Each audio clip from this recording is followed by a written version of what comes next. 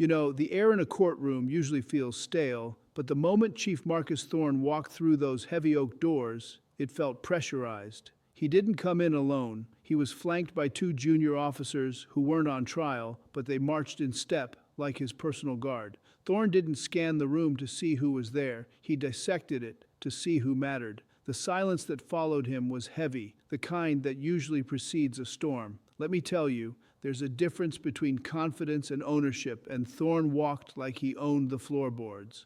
I took a sip of Christina's coffee. It was bitter today, barely lukewarm, and just watched him approach the bench.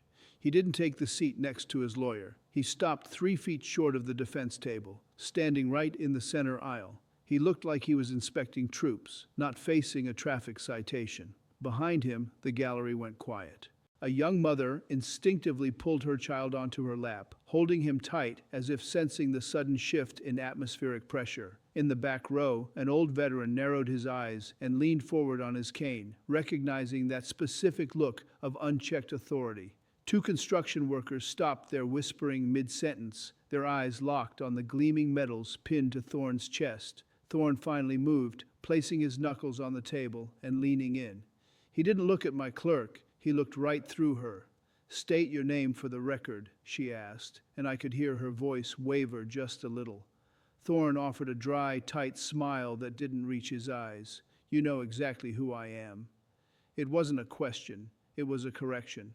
"For the record, sir," the clerk insisted, though she glanced up at me for support. "Chief Thorne," he said, looking at me now, "and I'm on a schedule." My bailiff shifted his stance near the wall, his hand drifting just an inch closer to his belt. He felt it too. "This summons is a clerical error," Thorne added, waving a hand as if that settled it. I set my mug down slowly on the bench. The ceramic click echoed in the silence. I looked at the man standing before me and realized the truth of the situation. He wasn't here to plead his case. He was here to dismiss us. When the clerk read the charges against Chief Marcus Thorne, the man didn't even blink. He stood there, staring at the ceiling as if the details were beneath him. "Aggressive, reckless driving in a school zone," the clerk read. 55 in a 25, right during dismissal hours. Thorne waved a hand like he was swatting a fly. "It was an operational necessity," Thorne stated, his voice projecting all the way to the back wall. "Tactical speed." I looked down at the log in front of me. I turned the page slowly. "The report says you were picking up dry cleaning, Chief," I noted. Thorne chuckled. It was a low, grating sound that didn't fit the room.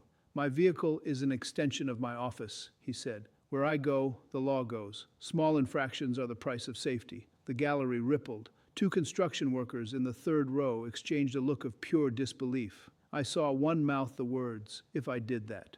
They knew, just like I knew, that if they had been caught doing double the limit near a school, they'd be leaving in handcuffs. In the back row, the veteran stiffened. His knuckles went white, gripping the handle of his cane. He knew the difference between duty and entitlement better than anyone. You see, arrogance is usually quiet in my courtroom, but this was loud. "My father used to tell me that a badge is a shield for the public, not a sword for the wearer," I said, keeping my tone level. "The law applies to the badge, Chief. It isn't rewritten by it." Thorne straightened up. His face hardened instantly. He took a step closer to the bench, invading the buffer zone between us. My bailiff shifted his weight, his hand hovering just near his belt. "I keep this city from burning," Thorne sneered. Then he shouted it. "I am the law in this town." The outburst froze the room. The young mother in the front row actually shielded her child's eyes, as if the arrogance itself was something physical that could hurt him. It wasn't just a legal defense, it was a declaration of monarchy. He truly believed the rules were for the people behind him, not the man standing at the podium. I let the echo of Chief Marcus Thorne's shout hang in the air for a long moment. You know, silence is often a judge's loudest gavel. My father used to say that the louder a man shouts, the weaker his argument, I said quietly. Thorne ignored the wisdom completely. He turned his back on the bench, facing the gallery instead, performing for an audience he thought he still commanded. He found the rookie officer in the front row, the young man who had actually written the ticket, and smirked at him. The rookie just looked down at his boots. "Are you done with the lecture?" Thorne asked, finally turning back to face me. I have a department to run. We aren't finished until I say we are, I replied. I picked up a sheet from the folder. I have 3 witness complaints here, stating you forced a school bus onto the shoulder. Thorne shrugged, dismissive. Civilians panic. It's what they do. He checked his watch then, an exaggerated, theatrical gesture meant to show everyone just how little my authority mattered to him. Suddenly, a sharp clack broke the tension. My clerk dropped her pen. In the quiet room, the sound was like a gunshot. She fumbled to pick it up, hands shaking, terrified to draw any attention to herself. My bailiff noticed the shift immediately. He stepped off the wall, moving to the ready position, his feet planted wide. He wasn't looking at the clerk. He was reading Thorne's body language, the clenched jaw, the twitching right hand. Thorne started tapping the defense table rhythmically. Tap, tap, tap. Dismiss the ticket, he said, staring me down. Let's stop wasting taxpayer money. The only waste I see is the abuse of public trust, I countered. Thorne leaned in again, his eyes going dark. He lowered his voice, but in the acoustics of the courtroom, it carried. Careful, Judge, we're on the same team. Then he delivered the threat. Don't score an own goal.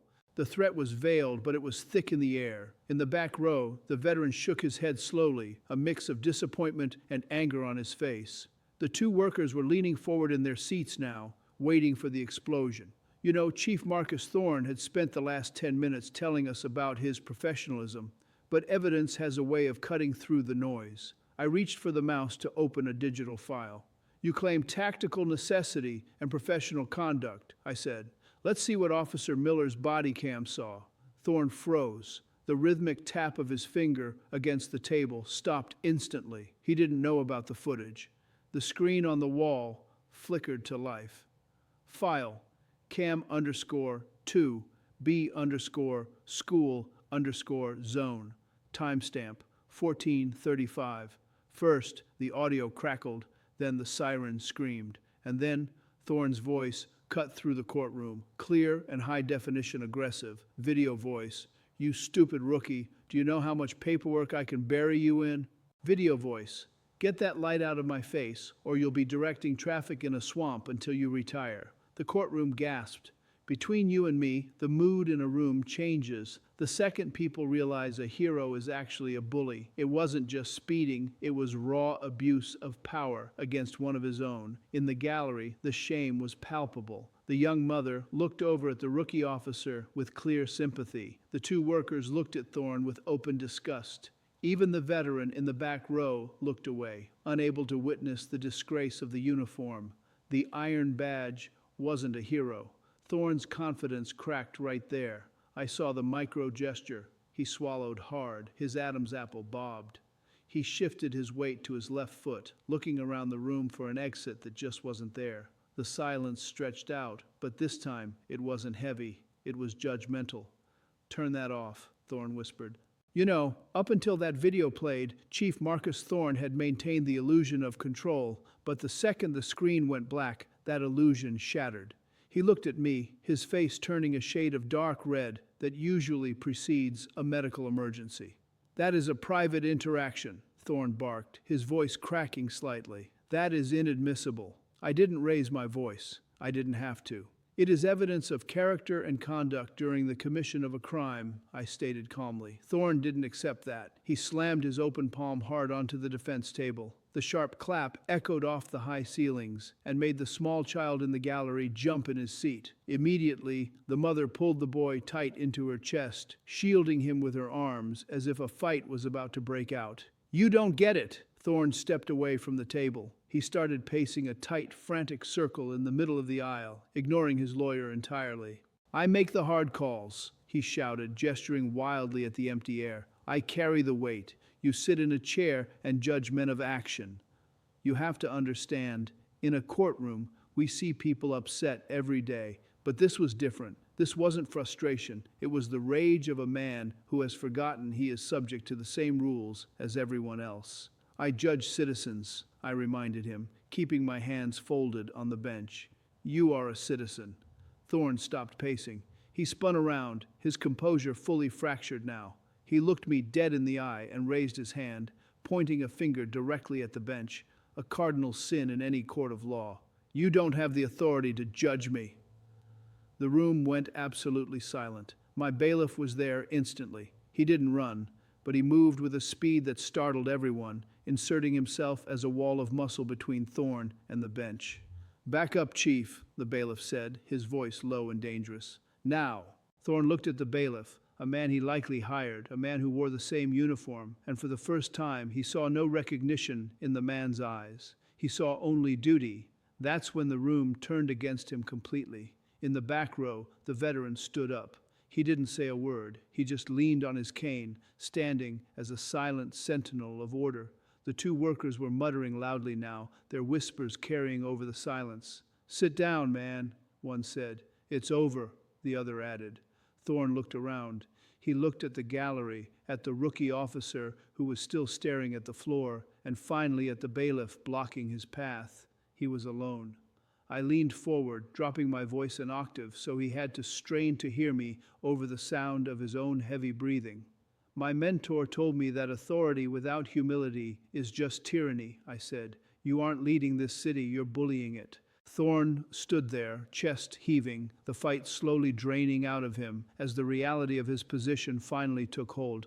Seeing the manic energy leave Chief Marcus Thorne was like watching a balloon finally let go of its air. He looked at the bailiff's stern face, a man he probably trained, and then he looked back at me, and he realized the iron badge had finally rusted. He reached out and pulled back the chair he had refused to use earlier. The wood scraped loudly against the floor. That was the sound of surrender. Between you and me, you can always feel the exact second a courtroom becomes safe again. The entire gallery collectively exhaled. My clerk's shoulders dropped 3 inches, the stiffness vanishing from her neck, and the young mother in the front row finally relaxed her grip on her child, smoothing his hair. My bailiff, who had been ready to physically restrain a superior officer, stepped back to the wall and crossed his arms. The danger was gone.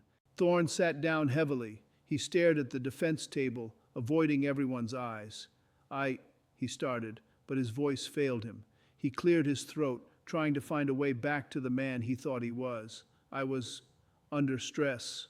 I picked up my pen. My father gave it to me when I passed the bar, and held it for a moment, centering myself. "We all are," I said softly. "The badge feels heavy today, doesn't it?" Thorne looked up, surprised by the lack of anger in my voice. "The law is the equalizer, Chief," I told him. "It doesn't care about your stress, only your actions." The community understanding settled in like a warm blanket. The veteran in the back nodded slowly, leaning his cane against the bench and sitting back down. There's a sense of rightness when the hierarchy resets. The two workers looked at each other and nodded, a silent communication that said, "He needed that." I opened the docket log. The theater was over. Now we just had the administration of justice. Thorne was no longer a giant. He was just a man with a speeding ticket and a bad attitude. When it came time for sentencing, Chief Marcus Thorne didn't look like a commander anymore. He sat still, waiting for the judgment, his hat resting on the table instead of his head. "Chief Thorne, for the speeding violation and the conduct displayed here, I am fining you $500, I said. I paused to let that sink in. "But money is not the issue here." I looked him right in the eye. "You are also ordered to complete 40 hours of traffic safety mentoring," I continued. "And let me be clear, not leading it, participating in it." The room was quiet enough to hear the ventilation system hum. "You need to remember what it feels like to be on the other side of the glass," I told him. Thorne nodded, his head lowered. "Understood, Your Honor. And an apology," I added, "to Officer Miller." Thorne turned to the rookie sitting in the front row. It took a moment. Pride is a hard thing to swallow. But he nodded. It was a stiff, humbled nod, but it was real. "Let me tell you, the hardest sentence for a proud man isn't a fine, it's humility." The veteran in the back tapped his cane once on the floor, a quiet salute to the process working the way it should. The two workers started gathering their coats, ready to get back to their day. The young mother simply exhaled, finally comfortable enough to let her child wiggle off her lap. My bailiff stood by the door, his posture relaxed for the first time in an hour. I closed the thick file folder with a final decisive thud. "A uniform doesn't elevate you above the people, Chief," I said. "It places you in service to them."